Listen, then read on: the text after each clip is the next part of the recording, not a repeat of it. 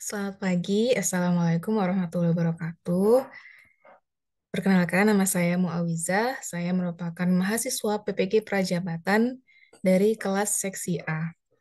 Nah, di sini saya akan menyampaikan tentang sebuah topik, yaitu pengukuran pemahaman belajar peserta didik nih, atau disebut asesmen. Nah, di sini saya akan membawakan suatu kasus. Kasus ini ada seorang anak SD, dia kelas 3 yang akan naik ke kelas 4. Dia namanya adalah Diana. Diana ini wali kelasnya yang di kelas 3 itu memberikan laporan kepada wali kelas berikutnya yaitu kelas 4. Gambarannya di sini saya sebagai wali kelas 4-nya. Maka saya mendengar laporan ya dari wali kelas tiganya Diana. Dari pandangannya wali kelas tiganya Diana, beliau mengatakan bahwa nilai rapot Diana ini rendah. Terus PR-nya ini kurang baik juga. Nilai ulangannya pun juga buruk. Dan intinya tugas-tugas tentang yang tertulis itu juga tidak selesai. Namun, ketika Diana diberi tugas yang bersifat lisan dan secara individu, itu Diana dapat menjawabnya.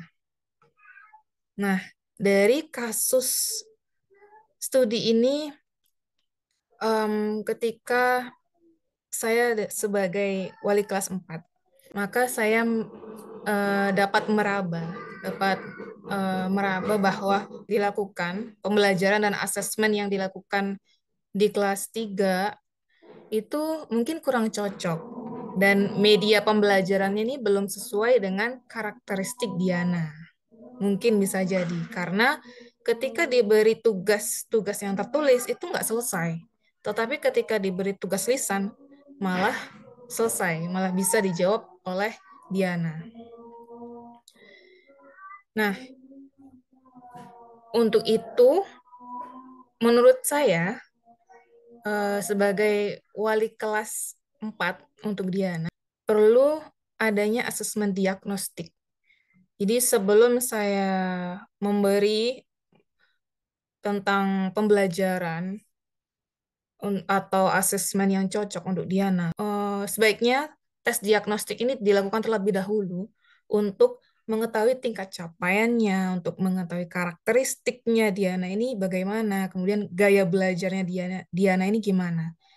Nah, kalau dari rumusan cerita wali kelas tiganya, kemungkinan Diana ini adalah gaya belajarnya adalah auditory. Karena dia belajar dengan lisan itu lebih lancar gitu daripada dengan yang tertulis. Biasanya kalau gaya belajar yang tidak begitu baik dengan tertulis itu dia bukan visual gitu ya. Mungkin dia lebih ke auditori kalau dia lebih bagus di lisannya. Itu masih kemungkinan dari eh, cerita yang diberitahu oleh wali kelas tadi ya, wali kelas 3 tadi. Dan juga Diana ini dia secara lisan dan juga secara individu. Jadi ketika ditanya dia bisa menjawab, tapi secara individu. Maka asesmennya ini ya kita buat ya sesuai dengan gaya belajarnya, yaitu dengan lisan dan secara individu. Tapi tidak eh, tidak lepas dari bahwa Diana ini udah memasuki kelas 4. Nah, kelas 4 ini udah mulai memasuki pelajaran-pelajaran yang begitu banyak tuntutan. Tapi kita sesuaikan nih dengan pencapaiannya Diana. Nah, karena Diana ini tingkat capaiannya kemungkinan berbeda, ya, mungkin ketinggalan dari teman-teman yang lainnya yang sudah capaiannya lebih tinggi, lebih atas daripada Diana, maka Diana perlu pendampingan khusus gitu. Perlu pendampingan khusus Sehingga lebih banyak asesmennya itu ya tadi secara lisan, lebih banyak ke mendengarkan gitu, dan juga lebih banyak ke personal. Ada pembelajaran khusus, pendampingan khusus. Kenapa dia kok lebih ke personal? Kemungkinan biasanya anak yang dengan gaya belajar auditori itu dia kesulitan bila belajarnya itu ada keributan.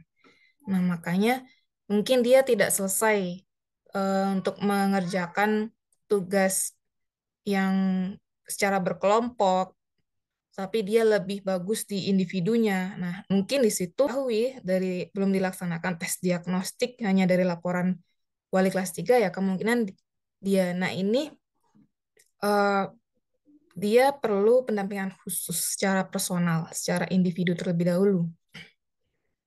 Untuk jenis asesmen yang cocok untuk gaya belajar auditori, yaitu ya berbasis lisan.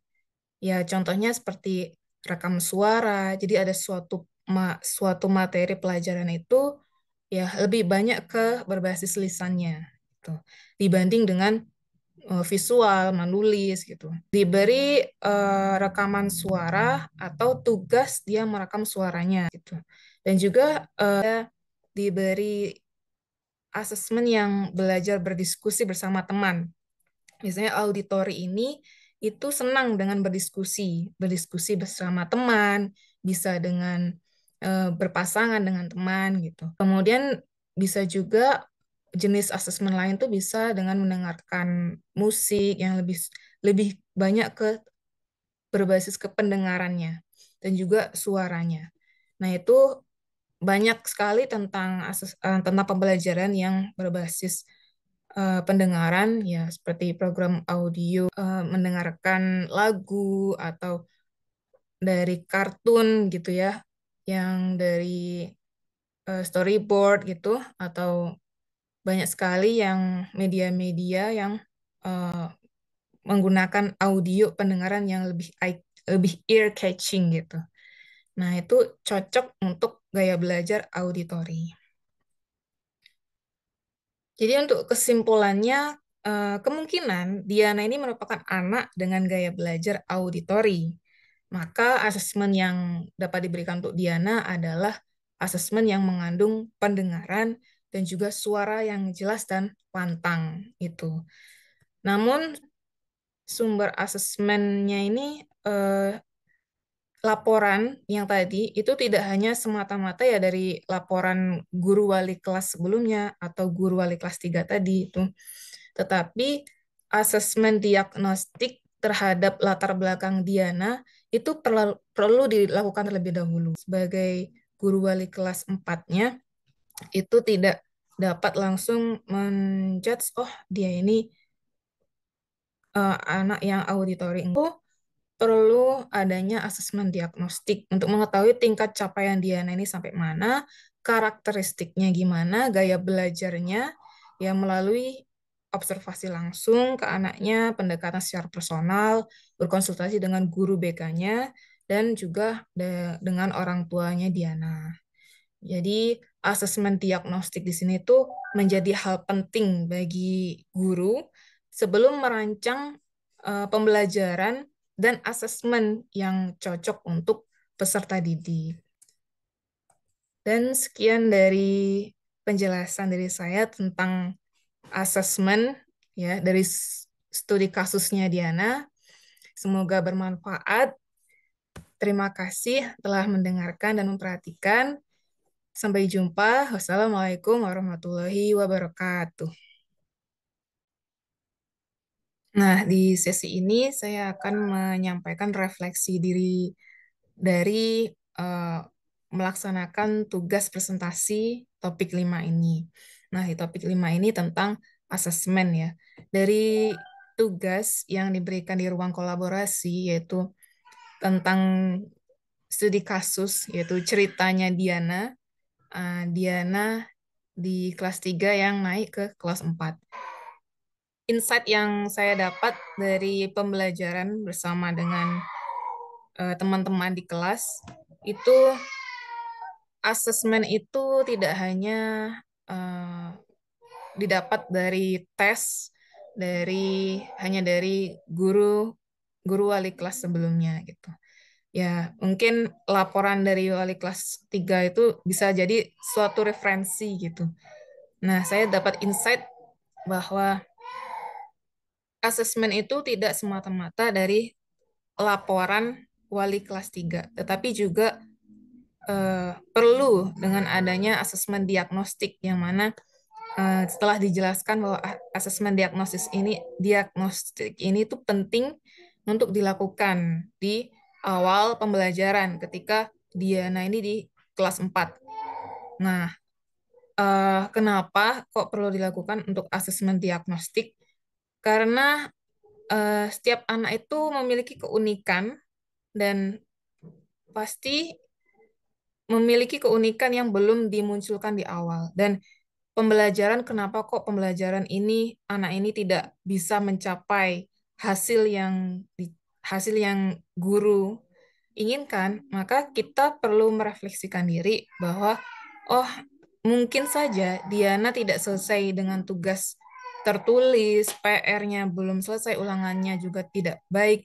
Mungkin saja dari pembelajaran yang dilakukan itu belum sesuai dengan karakteristiknya, eh, dengan latar belakangnya Diana, dan mungkin juga Diana ini juga dia memiliki masalah atau latar belakang yang mana kok pembelajarannya ini atau nilainya rendah gitu kan. Jadi sebagai wali kelas ya dalam cerita tersebut ya perlunya asesmen diagnostik. Intinya refleksi dari pembelajaran topik 5 ini dari asesmennya Diana itu kita tidak bisa menghukumi atau menjudge suatu anak. Pasti anak itu memiliki kelebihan dan keunikannya masing-masing dan mempunyai gaya belajarnya masing-masing. Dan asesmen diagnostik itu ternyata penting gitu. Jadi perlu dilakukan oleh setiap guru agar bisa pembelajaran modul ajar, asesmen, dan juga asesmen itu bisa sesuai tepat sasaran dengan peserta didik. Demikian, terima kasih refleksi dari saya. Sampai jumpa. Wassalamualaikum warahmatullahi wabarakatuh.